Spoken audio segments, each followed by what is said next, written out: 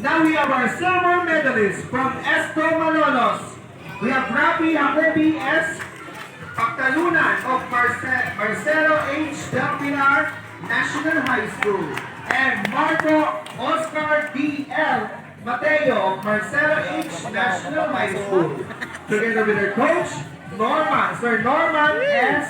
Alvarado of Marcelo H. National High School. Marcelo H. Del Pilar National High School. Correction. Now, let's have our gold medalist from the division of Bulacan. We have Marco D. Lim of San Rafael NTS and Kian Frederick Sulit of San Ildefonso National High School. Together with their coach, Sir Rodel J. Katahan of AFGBMTS. Congratulations.